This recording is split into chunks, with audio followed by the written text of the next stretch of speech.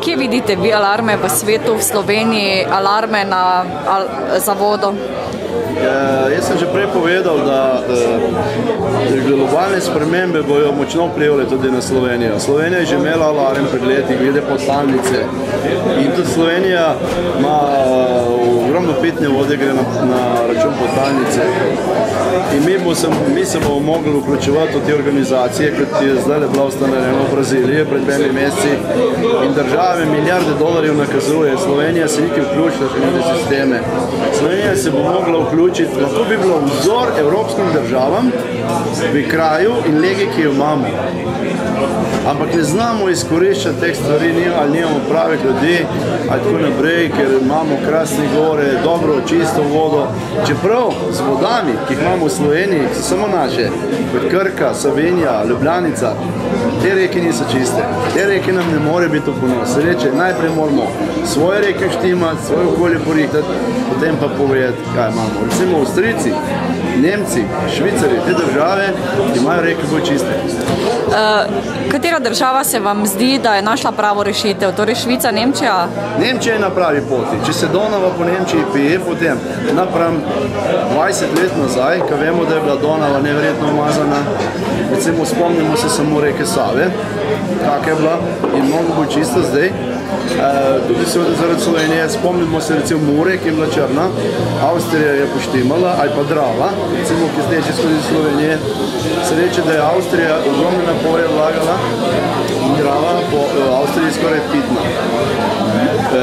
Slovenci jo še vedno, zadnje leta tudi v Sloveniji mnogo boljša.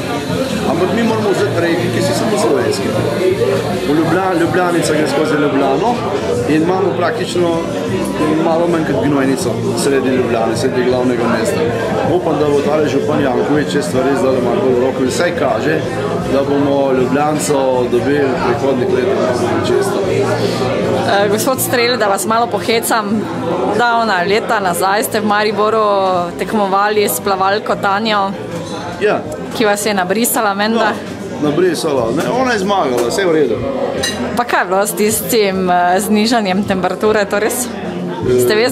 Ste res zaprosili za znižanje temperature? Ona je bila čist plava, čist se je tresla. To sploh ni res. Voda, v kakršni smo midva plavala, je bila pretopla. In v bazenu niso predhodno vodo temperaturo znižali za približno 3 do 4 stopinje, ampak so pozabili. Potem, ko smo midva začela plavati, voda je slučajno pritekala tam, ko smo midva plavala. Ona je malo bolj občutljiva kot jaz, edino to je bilo, ne pa dobro. Kaj ste jo pozdravili, kaj? V Ameriki? Me je kontaktirala, celo pisala mi je, ne vem, nekje živi, sem pozabil, mislim, nekje na Floridi živi, menda ima 2 otročička, sem že malo pozabil, tako da. Tista zgodba, ki sem jo izplavil, z njo je bila malo drugačen, bom mogoče ko bom že s tako lepajčko hodil, pa bom mogoče bolj detaljno razlagal, kako je bilo. Tako so ta moja plavanja bila s Hribarjem, pa s Tanjo Drezgič, bolj za zabavo, ne vse skupaj. Pa dajva še eno odgovornost do sponzorjev. Kako vi spite na tem Dormeo? Ga res imate? Dormeo je zame dobra posla. Jaz se počutim na Dormeo krasno, sem v redu pri svojih letih, nimam nobenih problemov s križem. Mislim, da krnuca to. Čudaj, kaj vas pa, vašega brata, je mama v vodi rodila, vi plavate, brat skače? Brat je začel skakati kasneje, oba dva sva z vodo malo povezana, vsak na svoj način. To je, jaz plavam, to je moj kruh pravzaprav. V Sloveniji si vmislil v meni pač vsak svoje, po svetu so pa v meni zgodbe povsem drugačne, kot pa doma. Točno, zakaj ste to rekli, da vas nihče ne jemlje resno v Sloveniji? Vprašanje, koliko me nekdo v Sloveniji resno jemlje. Bolj bi bilo vprašanje, koliko jaz ljudi jemljem resno, kajti z mano se je potrebno pogovarjati precej previdno.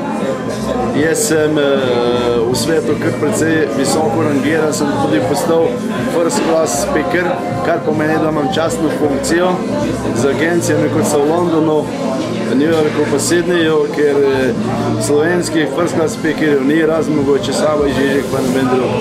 In boste pospikali kaj s Turkom pa s Pahorjem? Prej sem slišala, da napovedujete. Jaz ne bom pospikal z njimi, ker se mi tudi ne zdi potrebno. Bom pa v Beskaj, pa bomo malo govorili te temice, bomo se pogovarjali tudi to mimo grede, kajti vse to, kar se v Sloveniji dogaja, jaz jemljem čisto za zabavo. Jaz imam vsega dosti, ne rabim nič kaj posebnega, drugega kot v teh krajih samo uživati. In na vsako prireditev, ki pridem čisto za zabavo, brez vsake potrebe. Kar jaz delam zunaj, ki je zame kruh, profesionalizem, v tej naši državici pa samo še uživam. Pa mi povejte, vina, ko vam zmanjka cvička na poti, katera vina so primerljiva z vašim domačim cvičkom v svetu? Mojim domačim cvičkom nobeno na svetu.